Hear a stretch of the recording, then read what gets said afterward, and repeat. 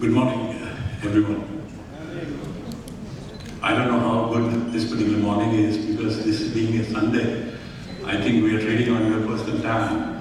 But nevertheless, I think the kind of gathering that we have it here, I think it will be worthwhile that you will be spending that entire day interacting with so many of you, having maybe their domain expertise in various sectors. Now, I don't want to waste too much of time because Renu has told me that I have got a couple of minutes, and in those couple of minutes, I will have to summarize my 5 decades. Incidentally, he said 3 decades, but I think I have spent 5 decades in the industry. I passed out in 1977 from IIM Bangalore, and since then, now it has been a journey of nearly 5 decades, of which 15 years I've spent in corporate sector, and another 33 years building my own enterprises. And which is where I think that I was pretty busy in creating a system which really would revolve around leadership. In corporate sector, like any of us, we know that the ladders are limited to a certain extent. So when I joined in 1978 in a particular job, that within 12 years I became the head of the business unit at the age of 37. And when I had nothing more to do or nothing more to contribute, within 2 years, I quit. At the age of 39, I quit, and I started my own business, which is where the seeds of leadership were sown. And I personally feel that every one of us have got that. In fact, I was discussing with a couple of my friends prior to this particular conference, that yes, there are several opportunities we do not look at, and which is where I think we should open up our eyes, and which is where Renu requested me to talk about leadership for the future. Well, if I have to talk about the future, I must create some kind of a preamble where I must tell you what exactly that leadership was of 5 decades where I have seen generations in manufacturing right from Industry 1.0 to Industry 5.0, and today I'm working on AI-enabled smart manufacturing. So all these concepts have changed, technologies have changed, processes have changed, culture has changed, environment has changed, leadership styles also have changed.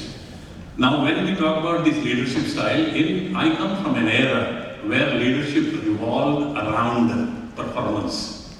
Like, whenever I say that I come from that era, it doesn't mean that those variables are not applicable in this era. Certainly they are, but on the top of it, there are several other things which have got added, which I'll come down in a while. So it was basically revolving around performance. So what was that performance? We had a long-range plan, we had an annual operating plan. We just keep achieving that and you start climbing that particular ladder.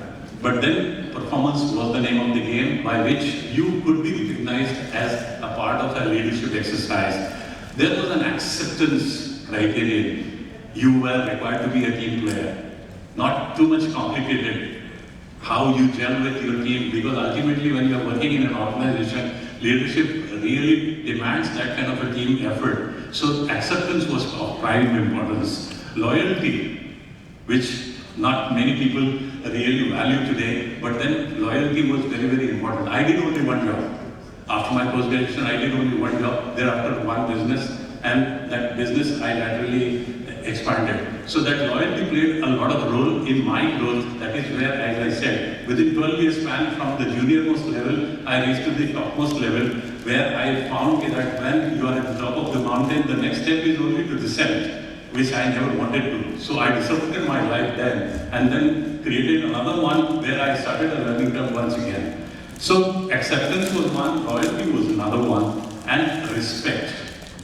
Respect was another thing, empathy, what I would say, a jargon where we used to respect each other. A team was there.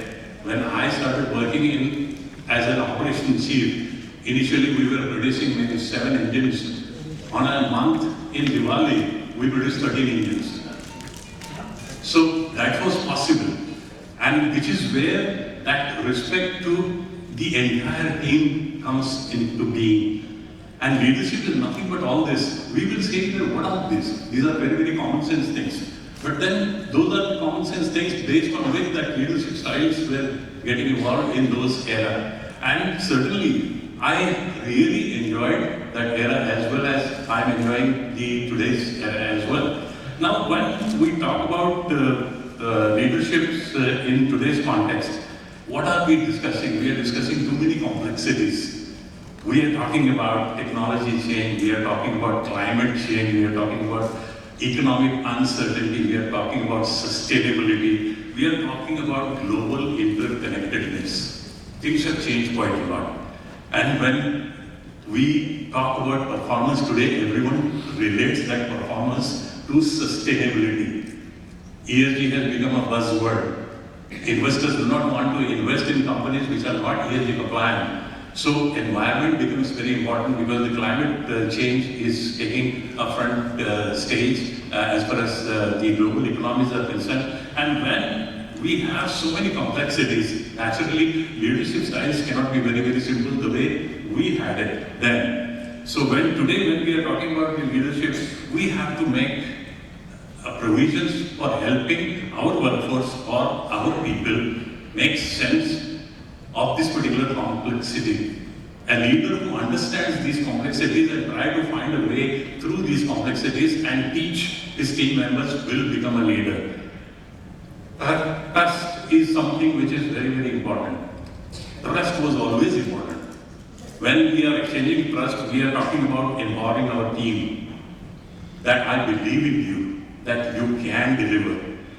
Rather than I say so, so you do it. No. That's not the kind of leadership that works these days. You have to have that trust and you have to empower your team. And the team is very much concerned about not what you achieve, but how you achieve it. Whether you have taken the entire ecosystem along with you while you are conducting your leadership exercise or not is the matter of concern. So what is not important, how is important. One must take into account autonomy. Ownership is very, very important when you are working in a team. When you are working in an organization, you have to ensure that ownership is passed on. Somebody who is really wanting to give results and also wanting to come up in the ladder on the leadership scale, he has to learn to have that ownership within his personality. Otherwise, he will never go to that particular goal which he is aiming to reach at. There has to be a meaning in that leadership style. When I say meaning, that every exercise that you do not succeed right in the first attempt. So you must learn to fail, and you must learn to fail first and then learn out of that particular situation. Because failure is not something which I treat it in a negative perspective. Failure is the first step to success, I always say. When you are failing, that means you have attempted to solve a particular problem. There are people who do not even walk that way because they think that that thing is difficult. But then, when you attempt the exercise and then fail, you must be satisfied that you have reached halfway through. Maybe another effort that you put in with some additional inputs, you might succeed. So meaning has to be there in this thing. And like I said in my opening statement also, that performance has to be looked at with sustainability. There is another aspect when we are talking about complexities. Technology is playing a big role these days. Everything is AI driven. We say that AI is going to replace people, AI is going to do this, AI is going to do that, etc., etc. But then certainly we as leaders have to ensure that my team really believes in the leader, that he will not displace us or he will not replace us with respect to technology. So the leader has to be human-centric in a technological environment, that he values the team, that he values the human inputs which are required in that particular organization. What we have is the adaptability to change. A leader has got to have that adaptability because there is a change which is happening. What I consider as a leadership style today can become obsolete tomorrow because situations are changing so much. I always give this particular example. Between me and my father, we had only one generation. Between me and my son, we have 10 generation gap. And between me and my grandson, we have maybe multiples of 10 generations. So the changes are taking place in that kind of a speed. So naturally, you cannot be drawing a particular line and sticking to that particular line and then saying that that particular line will take you to a particular ladder step which you are trying to aim at. And therefore, we have to be very, very versatile, dynamic, and on a real-time basis, we will have to keep changing things and adapt to the changes which are happening. You have to learn, unlearn, and relearn. So these three concepts are there. I can really go on explaining what exactly these three words mean, but I think you can really get into those details wherever you want. Another quality of that leadership style is the inclusivity. Because today we are talking about the diversity. Diversity part, diversity in genders, diversity in hierarchy, diversity in levels of society, strata, whatever you may have it. So the organization cannot be only having a single objective, it has to be completely inclusive. I have been working with several such diversified areas where today women are coming. I have one of my colleagues here who is working extensively on women in manufacturing. So we never thought that we should be considering that as a field which could be an inclusive field as far as industry is concerned. I'm also working with another women organization where we are trying to place women in boardrooms. So that kind of a diversity has got to be there if at all you want to be a good leader. And then when all of these really put together, what does leadership is about? I talk about these things. It is about courage. It is about courage in decision making. Like I said, that taking women in manufacturing or taking women to the boardrooms or taking an inclusive society is something which is a courageous thing, and you must learn to take decisions in that courageous mode. You have to be having that humility in learning. You have to have that integrity in action. These are the things which one really have to look at it if you are considering the future leadership exercises. There is one of the best things which really work with me is that getting the best out of your team members is the biggest quality of a leader. Normally what happens that there are two concepts of leadership. Either you push yourself up to become a leader or the team pushes you up to make you that particular leader. When you are pulling yourself up, the organization remains there. So there is a phase difference. There is a leveling difference. So you are the only one who goes up where you have no support system. But when the entire ecosystem pushes you up, and then you become the leader, then everyone is there, that entire inertia works for you.